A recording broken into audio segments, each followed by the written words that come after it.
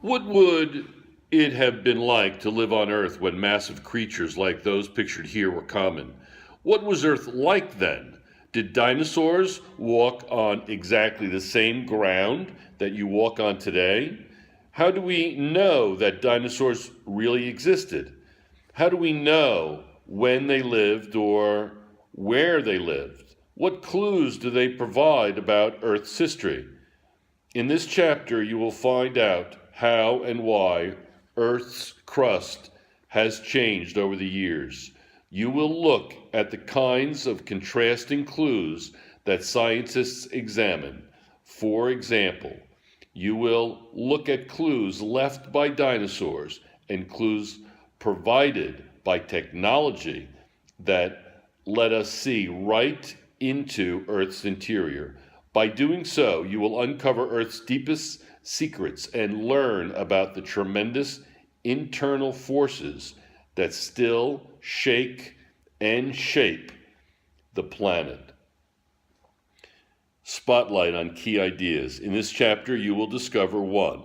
Fossil, rock, and climatic clues to Earth's amazing history. 2. How recent technology reveals clues about Earth's geological past. 3. Current scientific thinking about the forces that have shaped Earth's crust. Spotlight on key skills. In this chapter, you will gather evidence about Earth's past on a world map. 2. Explore and assess theories about Earth's crust. 3. Construct a timeline of early theories about Earth's crust. If you were the first person to observe a mountain, what clues would you use to try to figure out how it was caused and why it looked the way it did? An early theory about our planet came from Greece. A scholar called Empedocles, 495 to 435 BCE, developed a theory that all matter consisted of 4 elements: earth, air, fire, and water. See figure 12.1. Another scholar named Democritus suggested that matter was made up of tiny particles that could not be broken down further. His theory was not accepted. His contemporaries were influenced by Aristotle, a highly respected scholar who believed that Empedocles' theory of the 4 elements was correct. Although Democritus' theory closely resembled theories of matter that are accepted today, it took almost 2,000 years for his ideas to be accepted. Observation of natural events. As people observed natural events such as earthquakes and volcanoes, they made these events part of the theories about Earth's development. Chinese civilization left writings about earthquakes, volcanic eruptions, and fossil evidence of Earth's history. In the last chapter, you saw an example of an ancient Chinese seismograph from over 2,000 years ago. During the 17th and 18th century, people came up with an idea called catastrophism to explain the history of Earth. This idea stated that sudden great catastrophes involving worldwide earthquakes and volcanic eruptions had created mountains and other parts of Earth's landscape. No one knew what had caused these catastrophes, but most people believed that they had stopped happening. According to a popular belief at that time, Earth was created about 4000 BCE. If you notice that an ancient structure had changed very little over time, what might this suggest to you about the theory of catastrophism? In the 18th century, a Scottish scientist named James Hutton observed that the processes that changed the rocks and land around him were very slow. Hutton guessed that it took much longer than a few thousand years to erode mountains and build layers of rock. He could see that Hadrian's Wall, which the Romans had built 2,000 years earlier, looked relatively unchanged. See figure 12.3. He hypothesized that Earth was much older than most people thought. Catastrophism made no sense to him because he thought that whatever forces had created the mountains must still be at work. This approach to Earth's history is called uniformitarianism. Now, let's look back here for just a minute. Figure 12.1 shows the four elements: fire, air, water, and earth. And it says, did you know in the late 1700s and early 1800s, some scientists believed that Earth was at one time completely covered by water and that all rock formation was based on sedimentation. These people were called Neptunists, after Neptune, the Roman god of the sea. Unlike the Neptunists, James Hutton and others believed that hot lava from volcanoes formed rock when it cooled. He was called a Plutonist, after Pluto, the Greek god of the lower world. Figure 12.2, this photograph shows a bust of Aristotle, 384 to 322 BCE. He was a Greek philosopher, educator, and scientist. 12.3, Hadrian's Wall, was named after the Roman emperor who had the wall built in the year AD 120. It provided a barrier to discourage raids and revolts and reminded tribes that the Romans were the masters of the territory. Hadrian's Wall stretched 117 kilometers across the northern edge of present-day England. It is visible from the space shuttle. The shrinking apple. Let's first look at figure 12.4. When an apple dries out, the surface becomes wrinkled. In what way does the wrinkled apple resemble Earth's surface? Again, the shrinking apple.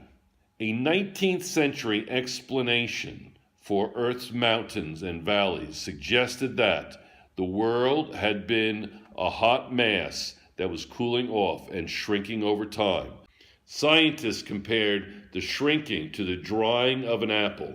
They compared the mountains of the world to the wrinkles on the apple, and the oceans and lakes to the spaces between the wrinkles.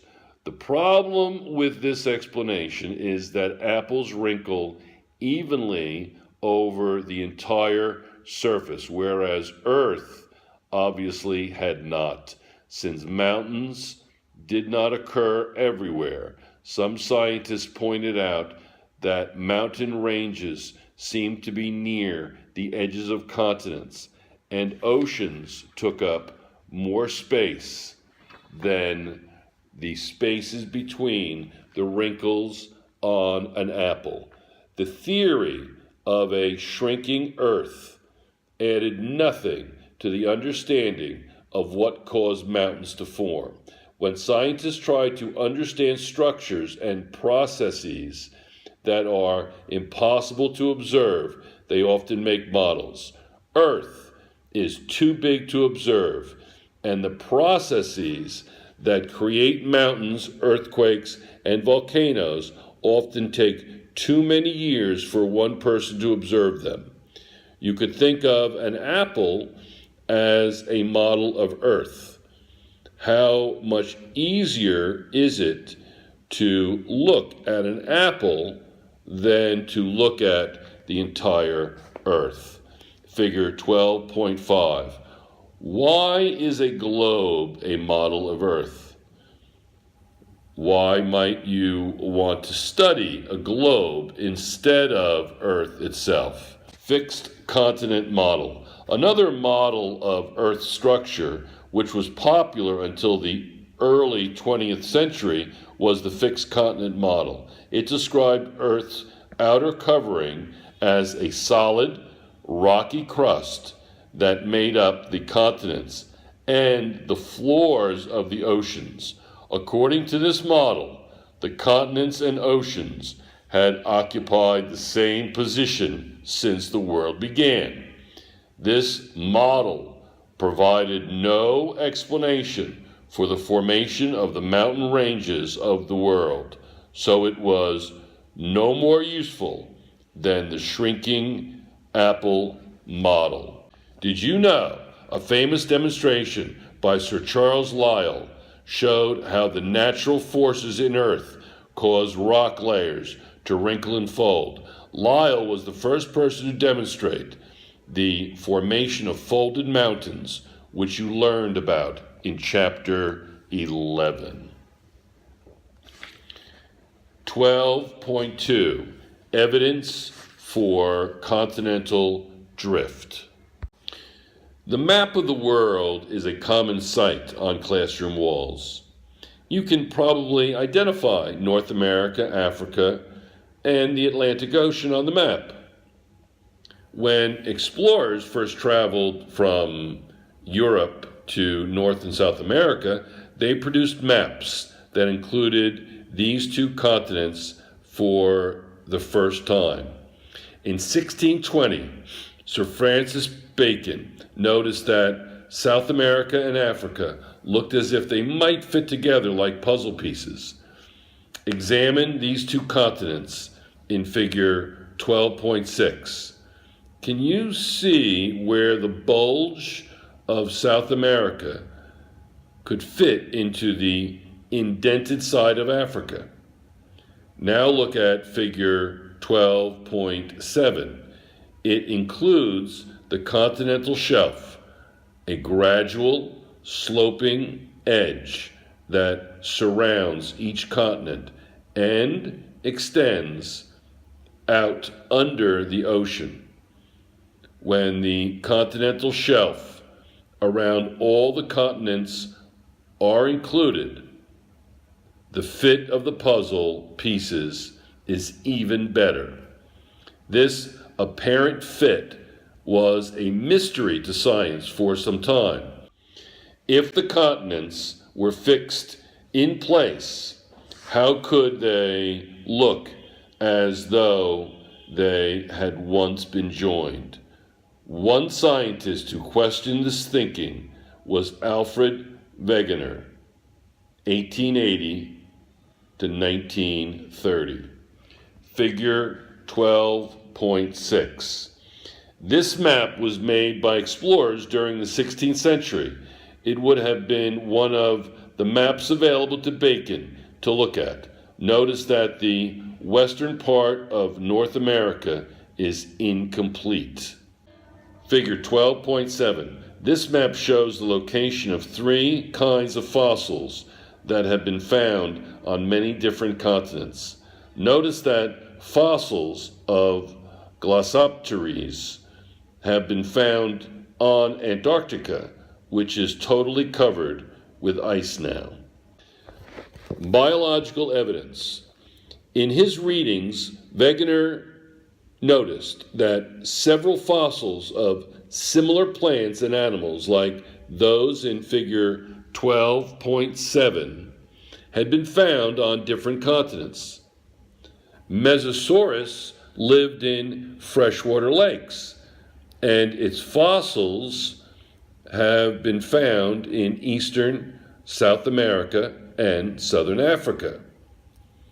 If it was able to swim in salt water, why did it not swim to more locations? According to the evidence, it did not. The Lystrosaurus could not swim at all, but it traveled from South America to Africa. It must have traveled by some sort of land connection. Look at the location where Glossopteris plant fossils had been found.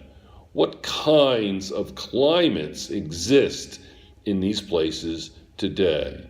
Neither Wegener nor other scientists could understand how the same plant or animal could have developed on completely separate land masses, especially when some of the land masses now had very different climates. Several explanations were offered to explain the biological evidence from plants and animals. The most popular was that a bridge of land between the continents had disappeared when Earth cooled and shrank. Other suggestions was that trees had fallen into the water, enabling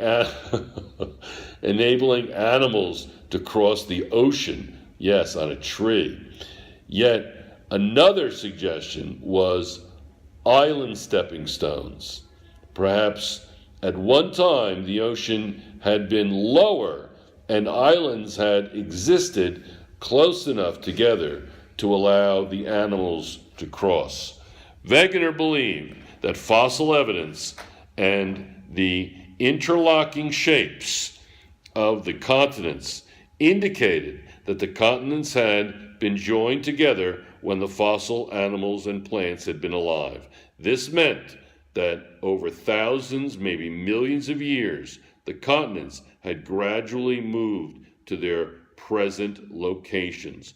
Wegener called this explanation continental drift.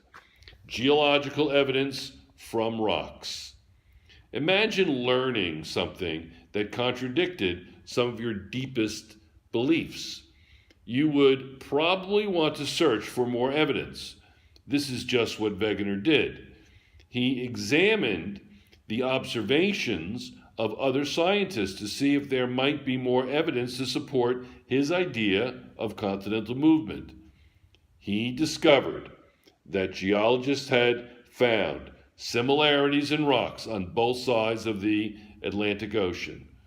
A mountain range called the Appalachians in eastern North America was made of the same kinds and ages of rock as the mountain range that ran through Britain and Norway. These rocks looked as though they had been formed and pushed up into mountains together, but were now separated by the Atlantic Ocean. See figure 12.9. How could mountains formed from the same type of rock occur thousands of kilometers from each other across an ocean? Meteorological evidence from ancient climates. Coal provided further important information about Earth's history. In order for coal to form, there has to be rich, luxurious plant life in a tropical, swampy environment. When the plants die and are compressed under many layers of sediment, coal is formed. Thus, coal beds indicate that a very warm climate existed when the plants were living. The coal beds that exist in North America, Europe, and Antarctica are now in moderate to cold climates. How did tropical plants grow there in the past? Why has the climate changed in so many places? For Wegener, the clues provided by this meteorological evidence, climatic change, raised questions that had no easy answer. Since Wegener was trained as a meteorologist, he was especially interested in these clues. He found evidence of even greater climatic changes in places that had probably been covered by glaciers. Ancient glacial deposits 200 to 300 million years ago were found spread over the southern hemisphere, layers of deposits left behind by glaciers were found in southern Africa, South America, India, and Australia. Under the deposits, in some places, there were grooves in the bedrock showing the direction in which the glaciers had moved. All of these locations now had very warm climates, much too warm for glaciers. Was the whole world cold, or had these land masses moved to their present warm locations from a place near the South Pole? Figure 12.8. Trilobite fossils, like this one, have been found in the Himalayas. Wegener wondered how these creatures ended up on mountain tops. The ancient world of Pangaea. A further clue to Earth's history came from the top of the Himalayan mountains in India. Fossils of trilobites had been found in the Himalayas, the Swiss Alps, and other mountain ranges. See figure 12.8. These trilobites roamed the ancient seas 250 to 500 million years ago. How did these fossils end up on the roof of the world? The evidence seemed to suggest that India was once a separate landmass. Many millions of years ago, India crashed into Eurasia. The collision pushed rocks containing fossils from the bottom of the sea up to the top of the Himalayan mountains. See figure 12.10. Try to name the 7 biggest land masses on the map. Can you find India? Response to Wegener. In 1915, Wegener published his findings in a book written in German called The Origin of Continents and Oceans. In the book, he stated that all of Earth's continents had been joined together in a giant supercontinent called Pangaea. Pangaea started breaking up about 200 million years ago, and the pieces began moving or drifting into their present locations. Wegener wrote, "It is just as if we were to refit the torn pieces of a newspaper by matching their edges and then check whether the lines of print run smoothly across. If they do, there is nothing left but to conclude that the pieces were in fact joined in this way." To support his hypothesis about drifting continents, Wegener thought about what forces might be causing the movement. He proposed that the moon might be responsible, but other scientists disagreed with him. Because Wegener could not satisfactorily explain the origin of the force that was moving the continents, the scientific community rejected his ideas on continental drift. The fixed continent model continued to be the most widely supported idea. Wegener died in Greenland in 1930, still searching for evidence to support his theory of continental drift. 12.2. Evidence. Sonar. If the continents had always been in their present location, scientists expected to find a lot of sediment on the bottom of a relatively flat seafloor. Scientists were surprised to learn from the sonar images that there was little sediment and the seafloor was not flat. When many sonar tests from Earth's oceans were studied, the results amazed everyone. It was obvious that there were mountains on the seafloor. Moreover, there were long mountain ranges or ridges in some places, just like the mountain ranges that existed on land.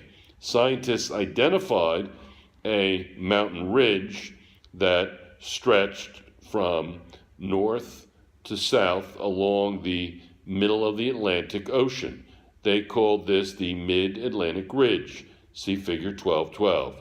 The features found on the seafloor were similar to the features found on land. What was causing these mountains to form? The answer would come from another technology of plate tectonics. Wegener based his idea of continental drift on evidence collected from the continents. In the 1940s, after his death, the technology needed to investigate the seafloor was available. Sonar, sound wave technology, and magnetometers, sensitive instruments for recording magnetic data, were constructed during World War II to detect submarines in the ocean. After the war, scientists used this technology to collect information about the seafloor. See Figure 12.11. They made some very surprising observations. Figure 12.11. Sonar revealed that the floor was not flat, as was previously believed. The Glomar Challenger used oil drilling technology to help scientists explore beneath the ocean floor. Cool tools. Sonar stands for sound, navigation, and ranging. This technology is used in nature by bats to navigate around objects in the dark. Sonar works by sending out a sound and then recording the time that the sound takes to bounce back. For example, scientists can bounce a sound off the ocean floor and measure the time that it takes to bounce back. Since they know how fast the sound travels, they can calculate the distance to the bottom of the ocean. Figure 1212. This map shows the Mid-Atlantic Ridge and the trenches. The long ridge structures are the mid-ocean ridges.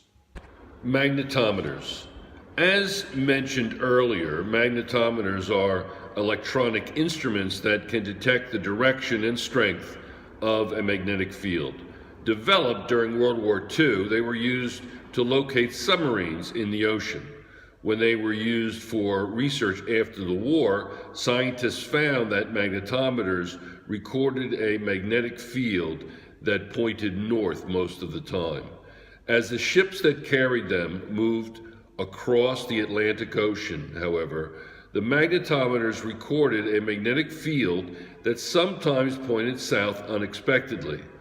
It became clear that something on the seafloor was causing these reversals. A pattern was noticed that looked like stripes of magnetic reversals traveling along a path parallel to the Mid-Atlantic Ridge. The width and direction of the stripes on both sides of the ridge were similar. See Figure 12.13. It says in 12.13, the pattern of magnetic reversals on the seafloor led scientists to the theory of seafloor spreading. As new crust forms, it takes on the magnetic polarity of Earth at the time of formation. Recall that igneous rock forms from magma. The magma contains iron-bearing minerals, for example, magnetite, which line themselves up with Earth's magnetic field. As the molten rock hardens at the Earth's surface, The mineral particles stay in line with the magnetic field. So the stripes on the ocean floor that are lined up according to a reversed magnetic field must have formed at a different time, a time when Earth experienced a reversal in its magnetic field. If the stripes lined up with the ridges, it could mean that the seafloor was spreading. Therefore, new rock was being formed at the mid-ocean ridges. This is called the theory of seafloor spreading. How could scientists find out exactly what was happening on the seafloor to better understand what was happening to Earth's crust? Deep sea drilling and radioactive dating. Scientists confirmed the theory of seafloor spreading when they were able to bring up samples of rock for testing. The ship Glomar Challenger carried equipment that could drill deep holes into the seafloor. Rock from the holes was brought onto the ship for testing by scientists. Can you imagine the excitement of the scientists who first examined these rock samples, knowing that they were the first people in history of the world to do so? Tests of the rock sample showed that younger rock was closer to the mid-Atlantic ridge, and older rock was closer to the continents. Scientists found that the Atlantic Ocean is getting wider by about 2 centimeters every year, about the same speed that your fingernails grow. Figure 12:14. Submersibles like Alvin have made it possible for us to see lava coming out of cracks in the seafloor. The lava cools so quickly in the cold water that it is called pillow lava. Why might it have been given this name? Submersibles. Most of the volcanic activity where rock surfaces are pulling apart happens on the seafloor, where it cannot be seen. Iceland is one example of an area where the ridge can actually be observed.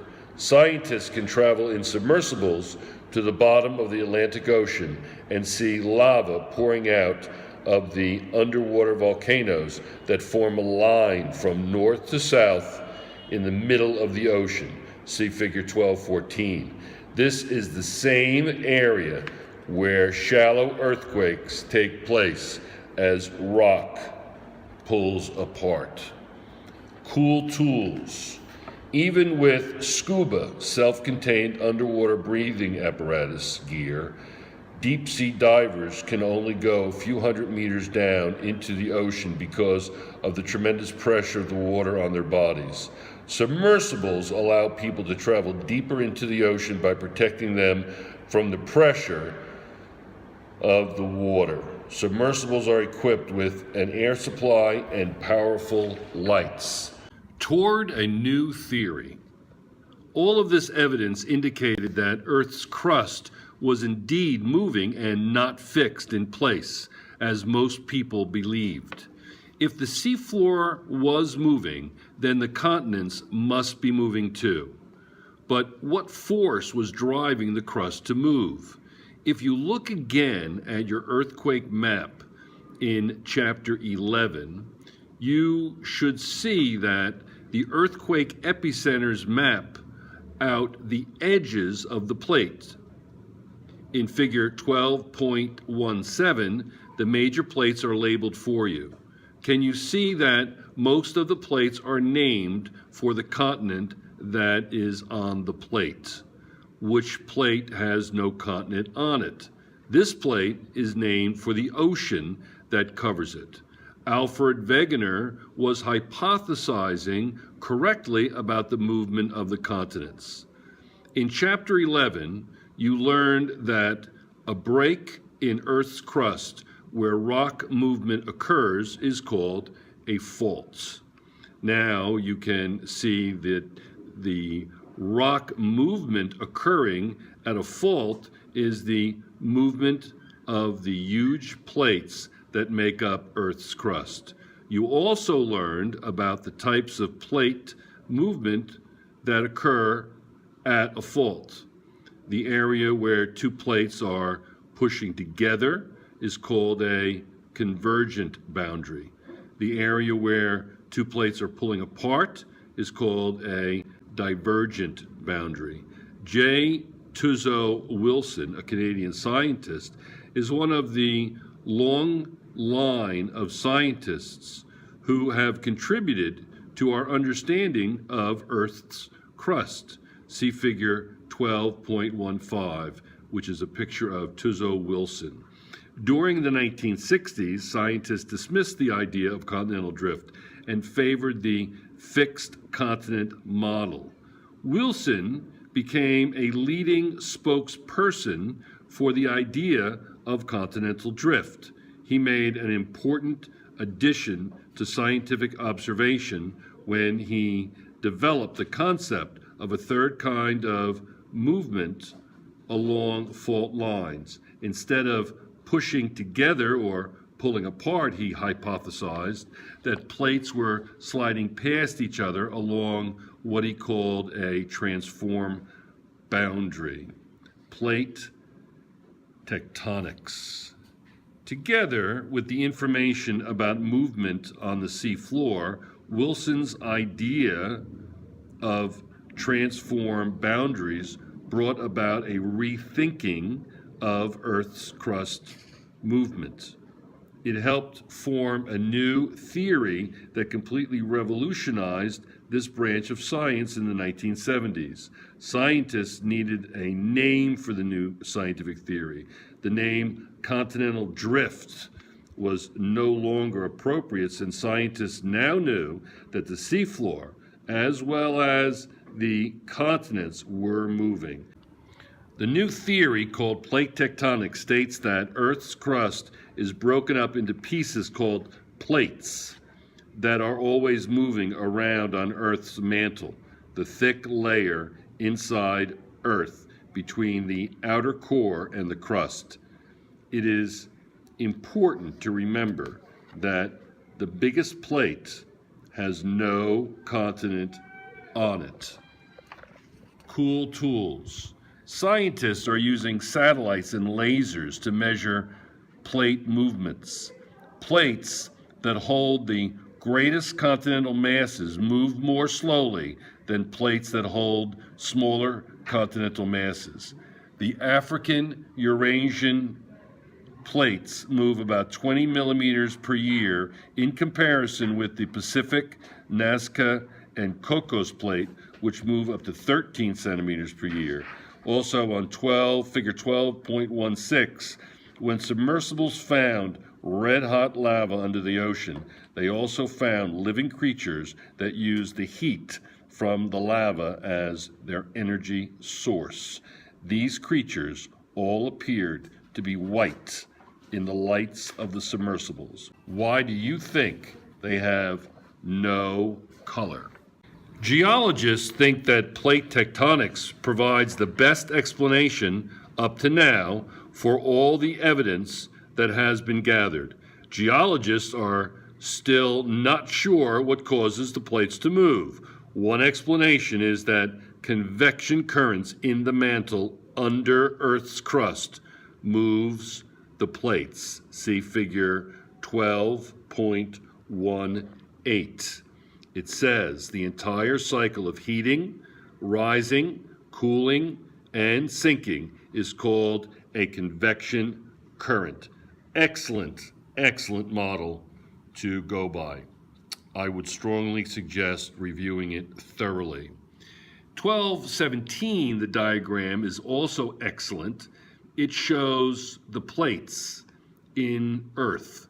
It says, figure 12.17, this diagram shows the major plates, their direction of movement, and the type of boundary between them. What is happening to the Juan del Fuca plate where it meets the North American plate? Convection is based on the idea that warm fluids move up and cooler fluids move down. Convection currents cause wind and rain in weather systems. The same process might be occurring in Earth's mantle, and this is what scientists think is the force behind plate tectonics. Just as in a hot air heating system, hot, plastic-like rock in the lower mantle moves upward after it is heated by intense heat in Earth's core. At the upper part of the mantle, the heated rock moves horizontally under the plate above it, taking the plate along as if the plate were on a conveyor belt. When the rock finally cools, it sinks down farther into the mantle. As it does so, it pulls the edges of the plate down with it, forming a deep ocean trench. The deepest ocean trench is the Marianas Trench off the coast of Japan. The convection currents might be causing the Atlantic Ocean to widen at the mid-Atlantic ridge. Does this mean that Earth's crust is getting bigger? No, because while new crust is forming in the middle of the Atlantic Ocean, other crust is being pushed or pulled down into the ocean trenches and recycled back into mantle as molten rock. The theory of plate tectonics is called a unifying theory, a single theory that explains different natural events and landforms. It is our best explanation for now for earthquakes, volcanoes, and mountains. Who knows what further discoveries will be made in your lifetime? Where it says, does this mean Earth's crust is getting bigger? Well, it does in a sense because mountains are being made. And as you get those folds in the mountains, the big peaks, the up and down, that could also mean that the total area of the Earth's crust is actually growing. Figure 1219. In 1993, new splits occurred in the Juan de Fuca Ridge. In 1997, a team investigated the area in the submersible Alvin. For the first time, scientists saw part of the process in which an undersea volcano area develops new growth and life. Timeline of Earth's history. Suppose that on a Tuesday, you want to find an article in the newspaper from last Saturday. You probably find Tuesday's paper on the top of the pile in the recycling bin. Underneath is Monday's paper, then Sunday's, and finally Saturday's at the bottom. You knew that you would probably find the older newspaper under the more recent ones. Geologists have used this principle to infer the relative ages of different layers of rock. It is called the principle of superposition. See figure 1220. Geologists can use the principle of superposition to determine the relative ages of these layers of rock. The top layer is the youngest, and the bottom layer is the oldest. The principle of superposition states that in the undisturbed layers of rock, the oldest layers are always at the bottom, and the youngest layers are on the top. As you learned in Chapter 10, sediments deposited on the bottom of bodies of water eventually form sedimentary rock. Additional new layers of sediment continue to form over the previous layers. Unless something happens to move these layers, they stay in their original position like the newspapers in the pile. Geologists use a similar technique called relative dating to find the order in which events occurred. With relative dating, scientists determine the relative age of rocks by examining their position in a sequence of layers. If a crack or a fault runs through a layer, it must have happened after the layer was in place. So the rock is older than the fault. This method tells nothing about the exact age of the rock layer. What it does indicate is that the layer is older than the rocks above it and older than the fault running through it. Clues from technology. If a stack of newspapers is out of order, you can easily use the dates printed on them to put them back in order. Unlike newspapers, rocks are not dated. So how can geologists establish their age? Figure 1221, after each half-life, only half of the parent material remains. Eventually, almost all of the parent material will be gone. The amount of certain elements in a rock can tell geologists a great deal about its age. Over billions of years, some elements can change into others. For example, over a period of 4.5 billion years, half of uranium in a rock will turn to lead. The lead will then undergo no further change. This time period is called the half-life of uranium. The uranium is called the parent element. Once half-life of the parent element has changed, only half of the remaining element continues to change over a similar period of time. So, in another 4.5 billion years, half of the remaining uranium will change into lead. The process will continue until such a small amount of uranium remains. It may not be measurable as shown in figure 1221. By measuring the amounts of such elements in a rock and by knowing the half-life of the parent, a geologist can calculate the absolute age of the rock. This process is called radiometric dating. Scientists also use radiocarbon dating, a type of radiometric dating, to find out when recent events in Earth's history occurred. Radiocarbon dating uses carbon-14, a rare form of carbon, as its parent material to find the age of fossil bones and wood that are up to 50,000 years old. After 50,000 years, the amount of carbon-14 left in the sample will be too small to measure. All living things take carbon-14 out of the environment to build cells and tissue. When they die, the carbon-14 changes into nitrogen gas in a half-life of 5,730 years. The amount of carbon-14 left in tissue allows scientists to determine the age of the remains. Radiocarbon dating is a type of radiometric dating, and both are examples of absolute dating. Absolute dating is a method of determining the age of objects by using the radioactive decay of their smallest particles. Geologic time.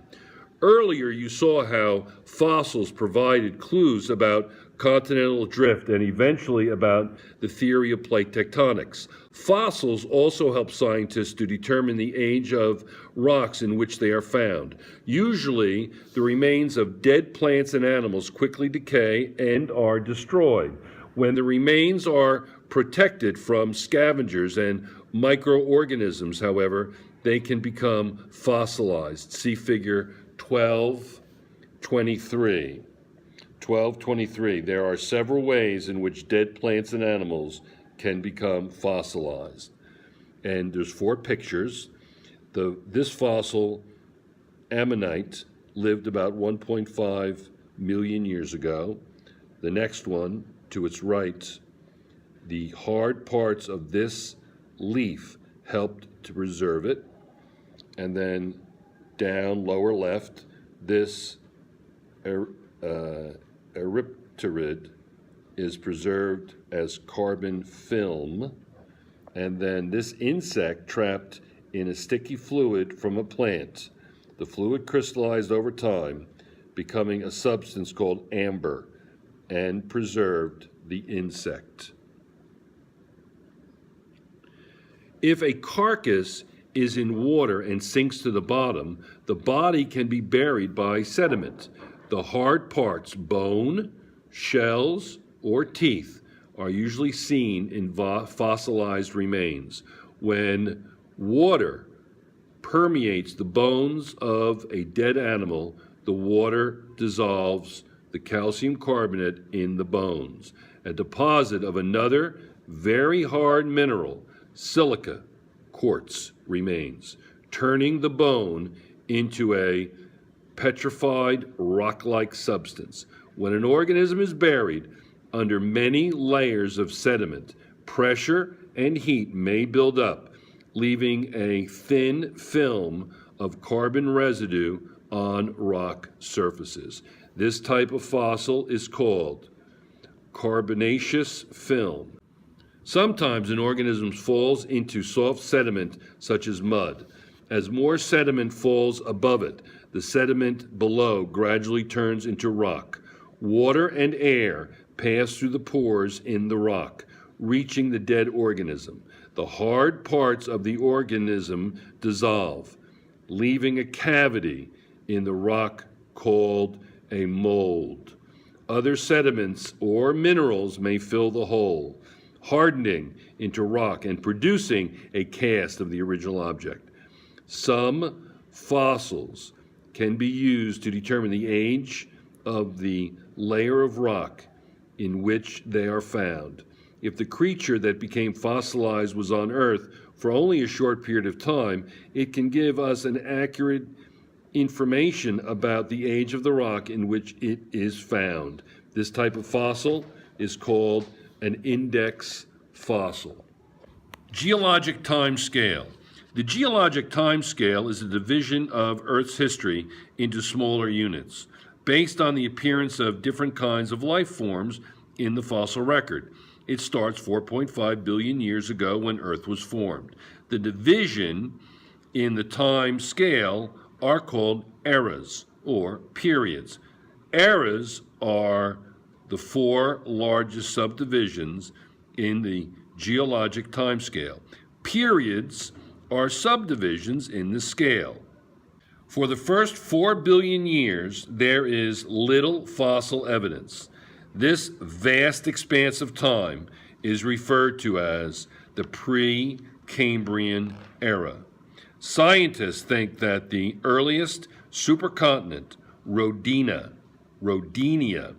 formed during this time about 1.5 billion years ago. Rodinia split apart 750 million years ago, forming the ocean basin. There is evidence that simple forms of life, such as bacteria, algae, fungi, and worms, lived on Earth during the pre-Cambrian era. Because the bodies of these creatures were soft, they have left very little fossil evidence of their existence.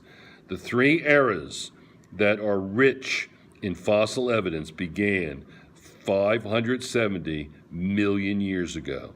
The Paleozoic era, ancient life. The Mesozoic era, middle life. And the Cenozoic era, recent life. Pangaea, the second supercontinent to form, came together during the Paleozoic era about 350 million years ago and broke up about 180 million years ago during the Mesozoic era. The dinosaurs dominated Earth in the Jurassic period, which was 200 million years ago during the Mesozoic era. The fossil evidence indicates that Pangaea first split into a northern portion called Laurasia and a southern portion called Gondwanaland. See figure 12.24. Look on a modern map to see which continents have replaced Laurasia and Gondwanaland. Figure 12.24 present-day North America was once part of Laurasia. The split into Laurasia and Gondwanaland was the first breakup of Pangaea. Figure 1225, this geologic time scale provides even greater detail about geological events than you have just studied. It divides the eras you have learned about into a number of periods and shows the approximate dates that scientists now have for the first appearance of each general group of organisms on Earth. Figure 1226, a paleontologist studies fossilized dinosaur footprints in an ancient lake bed in the Andean highlands of South America. The area is now one of the most important in the world for dinosaur study. It is very difficult for us to comprehend the vast expanse of 4.6 billion years. If we compare this period of time to a 24-hour day, for example, humans have been here for only the last second. And the ancient civilization in Egypt, Greece, and Rome took place in less than 1 second. It has taken you much more than a second just to read the last 3 sentences. In your timeline, you decide how best to represent 4.6 billion years of history. By doing so, you helped yourself to understand the time involved and the slowness of the processes that shaped our Earth.